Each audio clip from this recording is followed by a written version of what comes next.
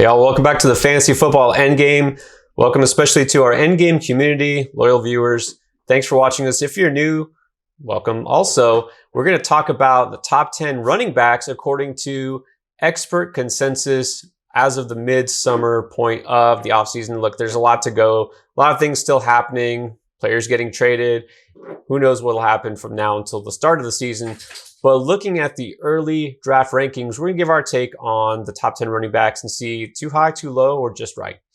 So let's start with the very top. And Christian McCaffrey, no surprise, the number one running back in the land. Dalvin Cook, solid at number 2. Any issue with those, Chris? You have any earth-shaking news to tell us that you have a mix-up in your rankings? No, I think that's pretty much how it should be everywhere. Not worried about Christian McCaffrey's injuries last year. Those weren't season-ending type of injuries. He was by far and away the best running back last year when he was on the field. And Dalvin Cook, we know his situation. It's the same as it's always been. Same offense, same personnel. Going to get all the touches. So no, clearly those two are 1 and 2 for me. All right, yeah, definitely no argument from me. Dalvin Cook has kind of put all those injury concerns and questions from last year aside. He was probably the steal of any draft last year because he wasn't the number 2 or 3 pick and he wound up being the most valuable running back pretty much drafted. All right, so now 3, 4, and 5, here's where you'll see a lot of variation. Again, this is the consensus among the experts right now in Fantasy Pros. So you have Alvin Kamara, who was arguably the fantasy MVP last year. You have Saquon Barkley, who I know some people have as high as number 2, but now there's some questions about, is he going to be 100% ready for the season? Obviously missed pretty much all of last season. And then you have Derrick Henry, who you think there'd be no questions about, but yet he sits at number 5. Do you have them in that order? I'm guessing you don't, because anybody who watches us, our mock drafts we do each and every week, 3 times a week. Alvin Kamara doesn't go number 3. No, I have Saquon, Henry, and then Kamara at 5 is okay for me. It's close between him and Zeke.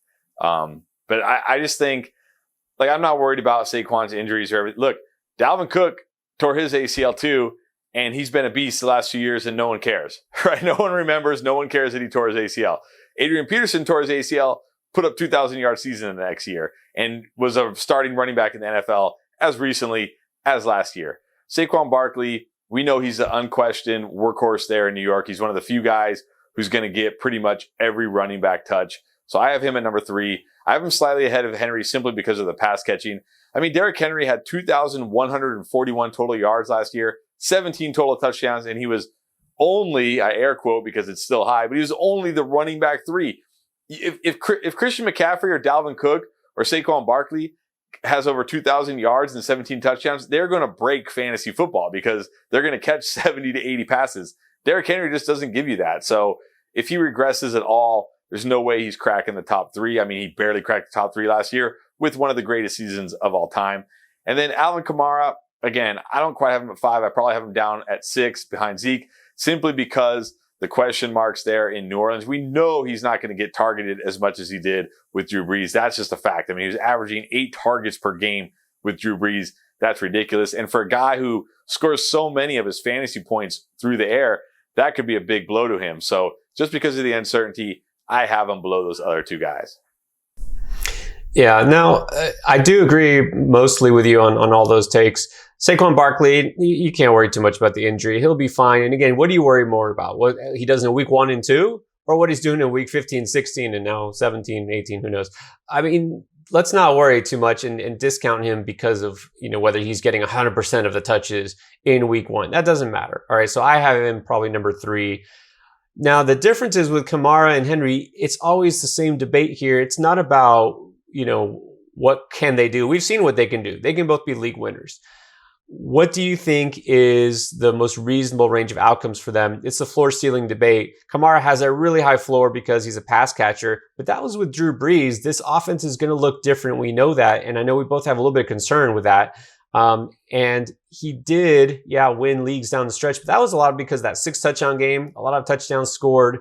You hate to see that, especially, because we don't know exactly how they're going to function in the red zone. Derrick Henry also, to some extent, relying on touchdowns as well as rushing yardage. He doesn't have that floor as a pass catcher, but he's going to get the ball 20 plus times no matter what. Julio Jones there is going to help that offense in general. So here's the way I look at it. And this is what I think a lot of people do that's kind of reverse thinking. In the first round, do you want to shoot for the guy who has the highest ceiling, who could have that monster RB1 season, or do you want to play it safe? You should play it safe. Everybody wants to get for the guy that, it's going to rush for 2,000 yards or score, 20 touchdowns. You want to play it safe. So this might sound weird. I have Henry as the safer player because we already know his role. We know he's going to be involved no matter what. Kamara, there's some question marks. Let's put it that way. So yeah, he might give you a weekly floor based on his pass catching, but there are some question marks with him. We've seen him disappear from week to week. Last season, before that stretch, at the very end, there was some concern, right? People were legit worried about him. So I like Henry as a sure thing, kind of at number 4, and then I'll go with Kamara. But Zeke, I wouldn't hate anybody for taking Zeke there either, top 5. Speaking of Zeke, our next tier here, we have some groups like we have Zeke, we have Jonathan Taylor, which a lot of people have as a top 5 running back. Not us personally. You have Austin Ekeler, you have Aaron Jones. How do you feel about that order? Yeah, well, like I said, I'd have Zeke at 5. I think people are way too worried about the down year last year. Look, he was great in the 5 games with Dak Prescott. He was averaging over 100 yards a game and a touchdown per game. Like, if he would have done that all season, there'd be no doubt he'd be a top 5 this year. And it wasn't like he's coming off an injury or anything. So to me, Zeke, number 5, he just seems really safe right there. Then I would have Kamara. And then when we look at the next 3, I've got it Ekeler, Jones, Taylor last. Now, I'll say this. Ekeler, Jones for me is really tough. I like Ekeler a little more because I really, really do feel like if he plays every game, he's catching a minimum of 80 passes this year. And I just love, you talked about safety versus ceiling. I just love the safety of a guy who I know is going to get me, 15 plus fantasy points every single week, even on a down week. And if he happens to score a touchdown or break off a big run, he's going to give me 20 to 30 fantasy points. So I have him slightly higher than Aaron Jones, but no complaint if somebody wants Aaron Jones over Austin Ekeler. And then I have Taylor at 9th. This is about the earliest that I feel comfortable drafting him because I talked about it. If you watched our, early round avoid videos, our early round landmine videos, I said I only see 2 outcomes for Jonathan Taylor. Outcome number 1, he gets all the touches. He's a beast. He's a workhorse. That's kind of what you just talked about, the ceiling. Option number 2, Nyheim Hines catches, 60, 70 passes again. Marlon Mack, gets 5 to 8 touches a week. And now Jonathan Taylor is only looking at like a 15 touch, workload every week, and you're going to be disappointed. So again, going back to that ceiling versus floor, I just feel like he has the most risk of everybody in this group. That's why I have him lowest. Yeah, Jonathan Taylor is definitely the name there that's always going to be in debate. Like I said, you're going to see him go as a top 5 pick in some leagues. And then there's some leagues he might actually slip either toward the end of the first round, probably not out of the first round, but going to be lower, closer to number 10. It just depends on your league's view of him. Sure, he could become the guy. He could become what everybody thinks and, put up 1,500 yards and score double-digit touchdowns. That's definitely possible. It is also possible that Marlon Mack kind of works in the mix, that Nyheim Hines cuts into his work on third downs, and that offense just isn't great with Carson Wentz. Let's be honest. We really don't know how he's going to respond being in Indy. So a lot of question marks there. And again, do I want to take that risk in the first round? No, I'd rather have a guy like you mentioned with Ekeler, who you can feel really secure about. Although I'm glad you're not complaining because I do actually have Aaron Jones just 1 spot ahead of Ekeler.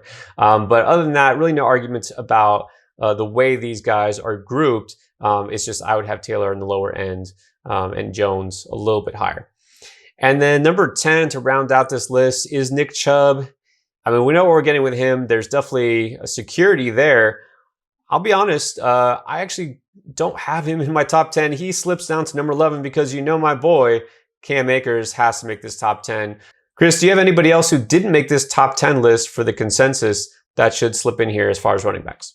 No, I'm fine with Nick Chubb here. Again, it goes to safety versus I really like Akers. I see the potential of a guy who's a 3-down back in a great offense.